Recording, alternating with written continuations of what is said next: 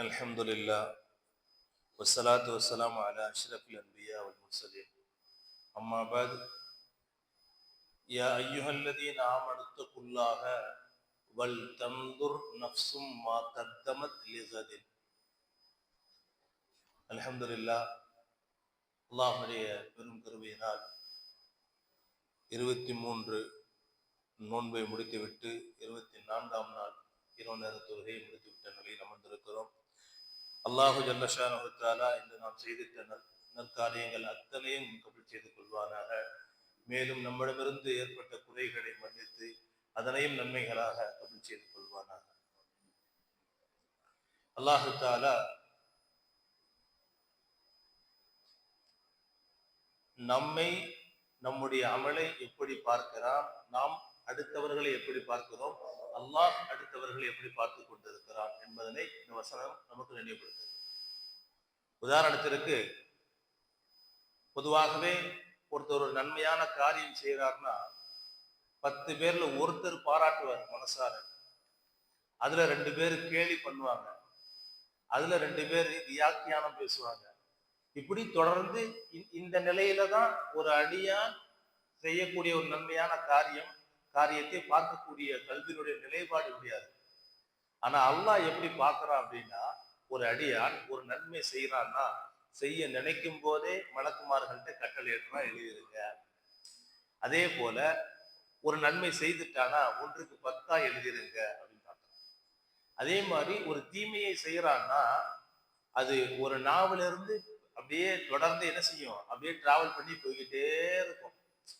ஒரு தீமை ஒருத்தர் தவறு செஞ்சிட்டாரு, ஒரு தவறான விஷயங்கள் செஞ்சிட்டாரு, ஒரு வார்த்தையாகவோ ஒரு செயல்முறையை செஞ்சிட்டாருன்னு வைங்கன்னா, அது எப்படி போகும்னா போய்கிட்டே இருக்கும், டிராவல் பண்ணிக்கிட்டே இருக்கும். ஆனா அல்லாஹ் என்ன செய்யறான், ஒரே ஒரு தீமையை மட்டும் எழுதுங்க அப்படின்னா.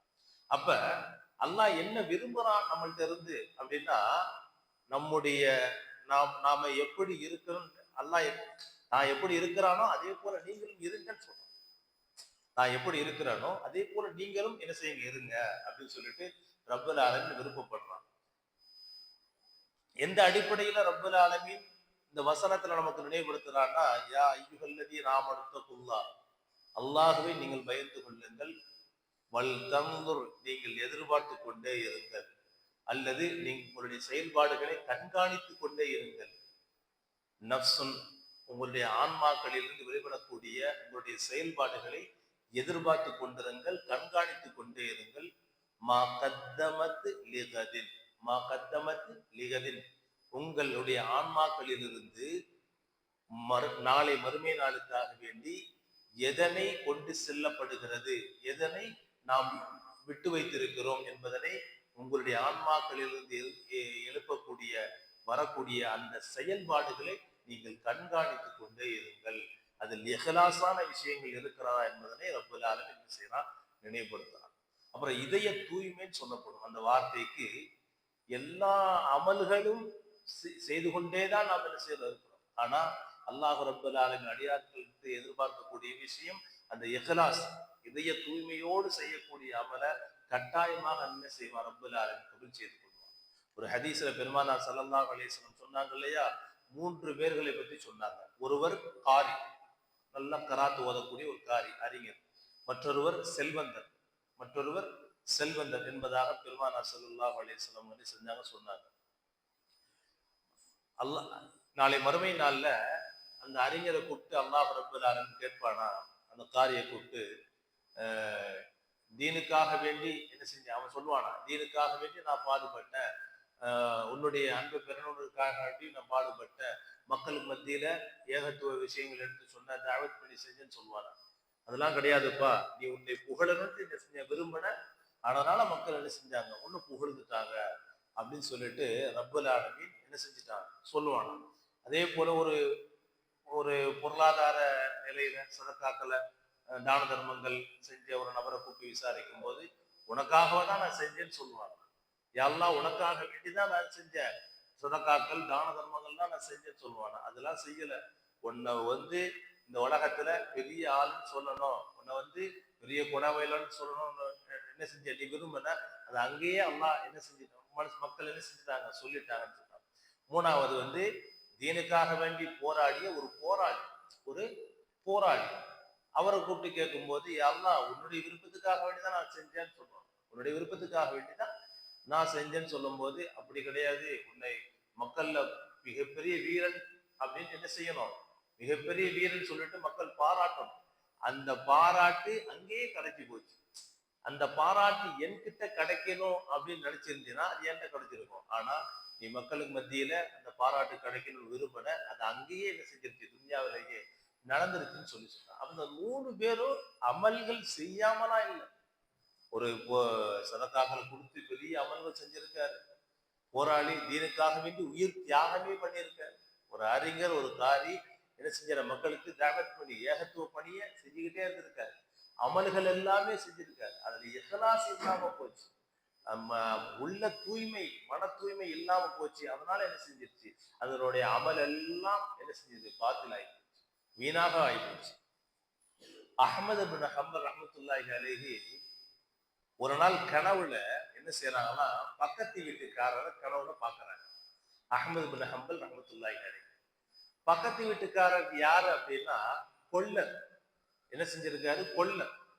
கொல்லர்னா அந்த இரும்பு வேலை பார்க்குறவங்க, சம்மட்டி செய்யறவங்க, இரும்பு சம்பந்தப்பட்ட விஷயங்கள்லாம் என்ன செய்ய ரெடி பண்றவங்க. அவங்க கனவுல சொர்க்கத்துல பார்க்கணும் எங்களுக்கு ஆச்சரியமா போச்சு. என்னடா இவரை போய் சொர்க்கத்துல பாக்குறேன்னுட்டு மறுநாள் காலையில இமாமனா அஹ்மது ஹம்பல் ரஹ்மத்துல்லாஹி அலைஹி என்ன செய்யறாங்கன்னா, பக்கத்து வீட்டுல போய் கேட்கிறாங்க. என்ன கேட்கிறாங்க, இந்த மாதிரி கனவுல நான் பார்த்தேன்னு, சொர்க்கத்துல இருந்தாரு, அப்படி என்ன காரியம் பண்ணிட்டாரு பெருசா, அப்படி என்ன காரியம் பெருசா பண்ணிட்டாரு அப்படின்னு சொல்லி கேட்கும்போது அவங்க சொன்னாங்கன்னா, 2 விஷயம் அவங்கள்ட்ட வந்து பிரதானமா 2 அமல்களை செஞ்சுக்கிட்டே இருப்பாங்க. பிரதானமா 2 அமல்களை செஞ்சுக்கிட்டே இருப்பாங்க. என்ன செய்வாங்கன்னா, சம்மட்டியால அந்த அவங்க என்ன பொருள் தயார் பண்றாங்களோ அத அத சம்மட்டியால அடிக்கிறதுக்கு அப்படி ஓங்குவாங்களாம். இப்படி ஓங்கும் பொழுது அல்லாஹ் அக்பர் அல்லாஹ் அக்பர் பாங்கு சப்தம் கேட்டுருச்சுன்னா அந்த ஓங்குன கையை கூட என்ன செய்ய மாட்டாங்க, அது இறக்க மாட்டாங்க. அப்படியே வச்சுட்டு என்ன செஞ்சிருவாங்க, தொழுகைக்காக வேண்டி கிளம்பிடுவாங்க. இது ஒரு பழக்கம் சொன்னாங்க. இப்ப அழைப்பு வந்து பாங்கு சொல்லப்படுது எதுக்காக வேண்டி, தொழுகைக்காக வேண்டி. ஆனா இப்ப அவங்க சொன்ன விஷயம், பாங்கு சொல்ல அல்லாஹ் அக்பர் சொல்ல உடனே சம்மட்டி என்ன செஞ்சிருவாங்களாம், அப்படியே போட்டுட்டு தொழுகை கிளம்பிடுவாங்க. ஒரு விஷயத்த சொன்னாங்க. 2வது ஒரு விஷயம் சொன்னாங்க. என்னன்னா, அஹ்மது பின் ஹம்பல் ரஹ்மத்துல்லாஹி அலைஹி அவங்கள பார்க்க மக்கள் வந்துகிட்டே இருப்பாங்க. மார்க்க விஷயங்கள் கேட்டுக்கிட்டே இருப்பாங்க.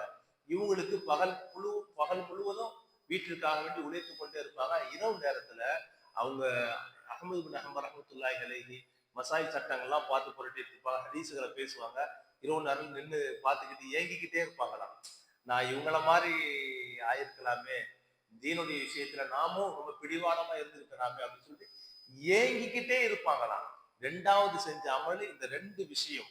இந்த 2 விஷயமும் அவங்கள்ட்ட பிரதானமா இருந்ததுனால அவங்க அல்லாஹ் ரப்பல் ஆலமீன் அவங்களுக்கு சொர்க்கத்துல கொடுத்தான், அப்படி சொர்க்கத்துல பிரவேசிக்க செய்தான்னு சொல்லிட்டு கிஸ்ஸாவுல எழுதுவாங்க.